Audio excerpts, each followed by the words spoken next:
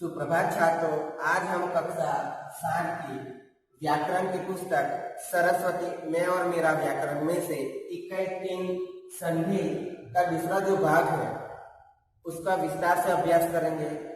लेकिन हमने इक्कीन संधि के पहले वीडियो में हमने संधि का अर्थ, संधि की परिभाषा, विच्छेद जो संधि विच्छेद है उसका अर्थ और संधि विच्छेद की परिभाषा को विस्तार से उदाहरण के साथ समझा था। उसमें हमने संधि के जो भेद है, स्वर संधि, व्यंजन संधि और विसर्ग संधि, इनके नाम की चर्चा की थी। और उसमें हमने जो स्वर संधि है उसकी परिभाषा उदाहरण के साथ उसको समझा था और उसके भेदों के नाम की चर्चा करने के साथ उन भेदों में से हमने दीर्घ संधि और गुण संधि को विस्तार से समझा था।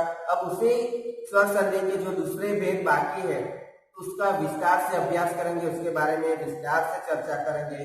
जैसे कि यहाँ स्वर संधि के दूसरे जो भेद है, वृद्धि संधि, यण संधि, अयादि संधि, तो उसको विस्तार से आज समझेंगे। उसमें सबसे पहले मैं वृद्धि संधि की जो परिभाषा है उसको समझाने का प्रयत्न करूंगा, उसको ध्यान से सुनिएगा। जब पहले शब्द के अंत में अ या आ हो तथा दूसरे शब्द के आरंभ में ए, ऐ अथवा ओ, औ आए, तब दोनों मिलकर ऐ और ओ, ऐ और औ हो जाते हैं, इसे वृद्धि संधि कहते हैं। मैं इस परिभाषा को पढ़ लेता हूँ, ध्यान से सुनिएगा। जब पहले शब्द के अंत में अ या आ हो तथा दूसरे शब्द के आरंभ में ए, ऐ अथवा ओ, औ आए, तब दोनों मिलकर ऐ और औ हो जाते, इसे वृद्धि संधि कहते हैं। उसको हम उदाहरण के साथ समझेंगे। तो छात्रों यहाँ ध्यान दीजिएगा, वृद्धि संधि इसमें अ जमा ए बराबर ऐ, यानी इसके अ प्लस ए इज इक्वल टू ऐ। तो शब्द में ए प्लस ए इज इक्वल टू ऐ, एक शब्द बनता है। तो यहाँ एक में अ का उच्चारण क के साथ हो रहा है और दूसरे शब्द में ए है, तो दोनों को मिलाकर ऐ की मात्रा यहाँ ए के ऊपर लगी है। तो शब्द क्या बना, ऐ आ प्लस ए इज इक्वल टू ऐ। उसमें भी आ प्लस ए से ऐ की मात्रा इसमें बदल गई है। तो सदा में सदा में आ है और एवं में ए है, तो दोनों को मिलाकर क्या होगा, ऐ। तो शब्द क्या बनेगा, सदा प्लस एवं इज इक्वल टू सदैव। लेकिन जब इसका हमें संधि विच्छेद करना है तो सदा प्लस एवं लिखना पड़ेगा। उसी तरह अ प्लस ऐ इज इक्वल टू ऐ। तो इस शब्द में मत में अ का उच्चारण हो रहा है यहाँ मत में, और ऐ की हमें ऐ है, लेकिन दोनों को मिलाकर कैसी मात्रा बन जाएगी, ताकि ऊपर ऐ की। तो शब्द क्या बनेगा, मत प्लस ऐक्य इज इक्वल टू मतैक्य। आ प्लस ऐ इज इक्वल टू ऐ। इसमें भी आ है और यहाँ ऐ है, तो वहां में आ का उच्चारण हो रहा है और ऐश्वर्य में ऐ है। तो दोनों को मिलाकर ये दोनों आ और ऐ से भी क्या बनता है, ऐ ही। तो महा प्लस ऐश्वर्य का शब्द क्या बनेगा, महेश्वर्य। अ प्लस ओ इज इक्वल टू औ। अ प्लस ओ इज इक्वल टू औ हो जाता है। तो परम में अ का उच्चारण और ओज में ओ है, तो दोनों को मिलाकर क्या हो जाएगा, औ। तो शब्द क्या बनेगा, परम प्लस ओज इज इक्वल टू परमोज। आ प्लस ओ इज इक्वल टू औ। तो महा शब्द में आ का उच्चारण हो रहा है और ओज में ओ है, लेकिन दोनों को मिलाकर क्या होगा, औ।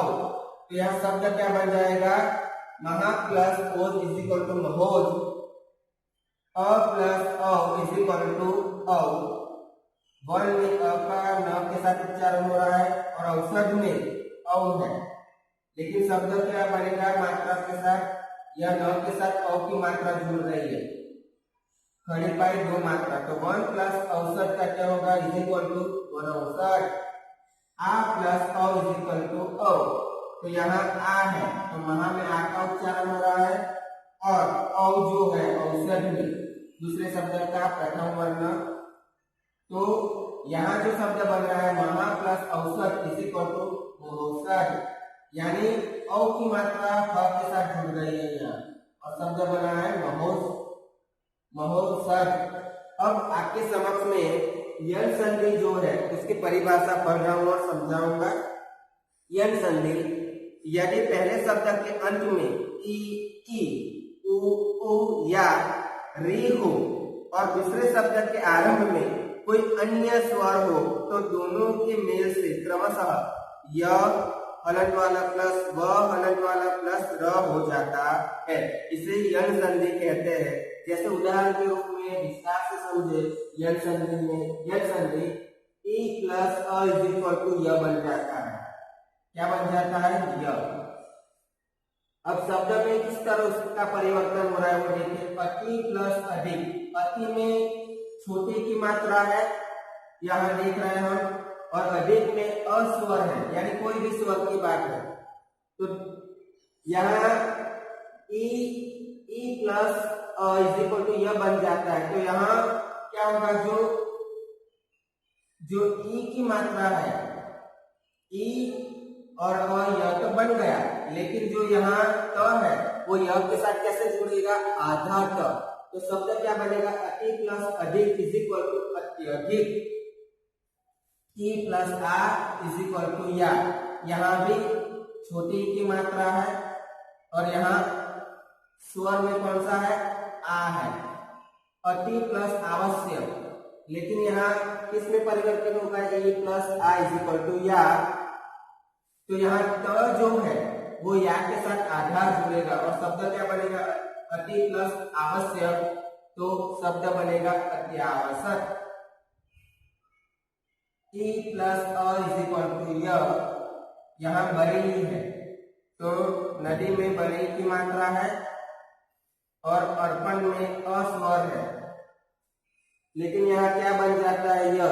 लेकिन जो द है वो आधा हलन के साथ इसके साथ जुड़ रहा है दोनों शब्दों के मेल से। तो नदी प्लस अर्पण से शब्द क्या बनेगा? नद्यार्पण। नद्यार्पण। ई प्लस आ इज इक्वल टू या, यहाँ भी नदी में बड़ी की मात्रा है हम देख सकते हैं ई का, और आगमन में आ है तो यहाँ या बनता है। तो ये जो द है य के साथ हलन के साथ जुड़ेगा और शब्द क्या बनेगा? इन दोनों को जोड़ के नदी प्लस आगमन इज इक्वल टू नदियागमन। ई प्लस उ इज इक्वल टू यू, ऊपरी में छोटे की मात्रा है और युक्त शब्द में पहला यू है, उ की मात्रा है छोटे उ की। तो यहाँ दोनों के मेल से क्या होगा? ई प्लस उ इज इक्वल टू यू। यहाँ छोटी उ की मात्रा और ई मिलकर यू ही बनता है। तो शब्द क्या बनेगा? ऊपरी प्लस युक्त में जो र है वो स्वर रहित बनकर रेत के रूप में यहाँ प्रयुक्त हुआ है। तो शब्द क्या बनेगा? उपर्युक्त। ई प्लस उ इज इक्वल टू यू, यानी यहाँ छोटी ही है और यहाँ बड़ा हो है, लेकिन यहाँ यू बनता है। तो बी प्लस उह, तो शब्द क्या बनेगा? यू।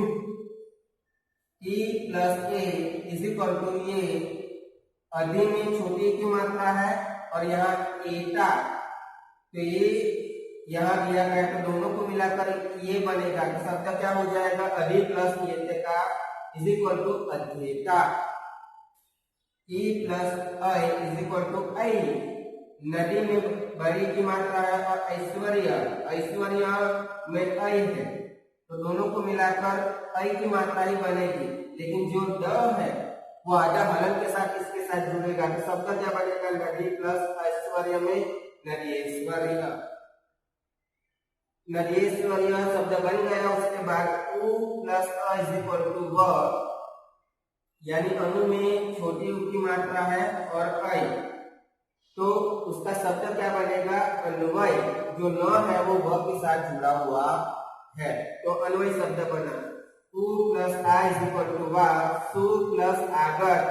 तो यहाँ उ और आ मिलाकर जो स है वो क्या हो गया? ये दोनों को मिलाकर वा में परिवर्तित हो जाता है। तो स जो है आधा वा के साथ जुड़ता है तो शब्द क्या बनेगा? सु प्लस आगर का स्वागत। उ प्लस ए इज इक्वल टू वे, अनु प्लस ए इज इक्वल टू अनवे, उ प्लस ए इज इक्वल टू वे, अनु प्लस एस एसन। तो अनु में छोटा ऊ है, यहाँ भी छोटा ऊ था, यहाँ ई है, इसलिए अन्वित शब्द बना आधा न जोड़कर वी, हम देख सकते हैं। लेकिन यहाँ अनु प्लस एसन तो ऐ है, यहाँ ए है और यहाँ अनु है, दोनों को मिलाकर वे बनता है। तो शब्द क्या बनेगा, अनु का न जो है वो आधा व के साथ जुड़कर शब्द बनेगा अनु प्लस एसन का अन्वेषण। 3 प्लस अ इज इक्वल टू र बनता है। हम देख सकते हैं री, इसका उच्चारण री के रूप में ही करते हैं हम, इसका री प्लस अ इज इक्वल टू र। यह शब्द में हम देखिए पितृ में री की मात्रा है और दूसरे शब्द में अ, तो ये जो अ है दोनों को मिलाकर रे होके र बन जाता है। तो यह शब्द क्या बनेगा, पितृर्पण। इसी तरह यह रे प्लस आई इज इक्वल टू रा बनेगा। तो मातृ में रे की मात्रा है और यहाँ आनंद में आ है, तो क्या बनेगा, रा। यहाँ रे प्लस आ से क्या बना, रा। तो शब्द क्या बनेगा, मातृ प्लस आनंद से मात्रानंद। रे प्लस ओ इज इक्वल टू रे, यहाँ मातृ प्लस उपदेश, तो यहाँ रे प्लस उ से रू ही बनता है। तो यहाँ मातृ प्लस उपदेश में शब्द क्या बनेगा, मातृपदेश। मातृ उपदेश शब्द बनने के साथ यहाँ हमें ये ध्यान में रखना है कि री और उ से क्या बना है और उसका उच्चारण क्या हो रहा है, उ, मातृपदेश। री प्लस ए इज इक्वल टू, यहाँ री बनती है छोटी र में छोटी की मात्रा के साथ, तो पितृ प्लस ई यहाँ जुड़ा हुआ है। तो शब्द क्या बनेगा, पितृ प्लस इच्छा से इज इक्वल टू पितृच्छा, पितृच्छा। यानी उच्चारण में थोड़ा फर्क आ जाता है जब दो शब्द मिलते हैं। तो अब हम स्वर संधि का जो अंतिम वेद है अयादि, उसका विस्तार से अभ्यास करेंगे और आपके समक्ष में यहाँ उसकी परिभाषा और हम ध्यान से समझने का प्रयत्न कीजिएगा। अयादि संधि, यदि पहले शब्द की अंत में ए, ऐ, ओ, औ और दूसरे शब्द के आरंभ में भिन्न स्वर हो, मतलब अलग स्वर हो, तो ए का ऐ का आ, आई, ओ का औ तथा औ का आव हो जाता है, यही अयादि संधि कहलाती है। मैं फिर से पढ़ रहा हूँ, यानी पहले शब्द के अंत में ए, ऐ, ओ, औ और दूसरे शब्द के आरंभ में भिन्न स्वर हो, मतलब अलग, तो ए का ऐ का आई, ओ का औ और तथा औ का आव हो जाता है, यही अयादि संधि कहलाता है। अब उसको उदाहरण के साथ समझेंगे। ए प्लस अ इज इक्वल टू ऐ बनना, जो हमने डेफिनेशन में पढ़ा था परिभाषा में। तो यानी ए का उच्चारण हो रहा है ए की मात्रा के साथ ने प्लस अन, तो यहाँ अ है, तो शब्द क्या बन जाएगा, ऐ। तो यहाँ जो ने की मात्रा य के साथ परिवर्तित हो जाती है, तो शब्द ने प्लस अन का क्या हो जाएगा, इज इक्वल टू नयन। इसी तरह चे प्लस अन तो क्या बन जाएगा, चयन। ऐ प्लस अ इज इक्वल टू आई बन जाता है, जो हमने परिभाषा में पढ़ा है। नय प्लस अ, यहाँ अ है और यहाँ ऐ की मात्रा है, तो किसमें परिवर्तित हो जाएगा, आई में। तो ना के साथ आ की मात्रा जुड़ गई, यहाँ ने में अ का उच्चारण हो रहा था, जबकि यहाँ आ की मात्रा का शब्द क्या बनेगा, नय प्लस अ इज इक्वल टू नायक। गय प्लस अ तो शब्द क्या बनेगा, गायक। ओ प्लस अ इज इक्वल टू औ बनेगा, तो गो में ओ की मात्रा है और अन, तो उसका शब्द क्या औ बनेगा, तो जो ओ की मात्रा हटकर क्या बन जाएगा, भवन। क्या शब्द बनेगा, भवन। लेकिन इसका संधि विच्छेद करें तो हमें ये ध्यान में रहना चाहिए कि भवन जो नयन की संधि विच्छेद क्या होगी, ने प्लस अन। चयन की संधि विच्छेद क्या होगा, चे प्लस अन। ये आपको ध्यान में रखना होगा। इसी तरह ओ प्लस अन तो उसका क्या बन जाएगा, ओ प्लस अ का औ, तो यहाँ पवन बनेगा। यहाँ उसका संधि विच्छेद भी हमें ध्यान में रखना होगा। औ प्लस अ इज इक्वल टू आव, तो पौ प्लस अब, तो शब्द क्या बनेगा इससे पावक, क्योंकि यहाँ नियम है आव शब्द बने तो प के साथ आ की मात्रा जोड़कर दोनों के साथ क्या बन गया पावक। तो छात्रों यहाँ मैंने इकाई 3 संधि के इस वीडियो में मैंने आपको वृद्धि संधि, यंग संधि, अयारी संधि को विस्तार से उदाहरण के साथ समझाने का प्रयत्न किया और मैं आशा रखता हूं कि आप जब ये वीडियो देखते होंगे तब उसको अच्छे से सुनकर समझने का प्रयत्न किया होगा और खुद भी इसको नोटबुक में करने का प्रयत्न करोगे। और इस इकाई 3 संधि का जो दूसरा जो भाग बाकी है जैसे कि व्यंजन संधि और विसर्ग संधि हम तीसरे वीडियो में लेकर मिलेंगे। धन्यवाद।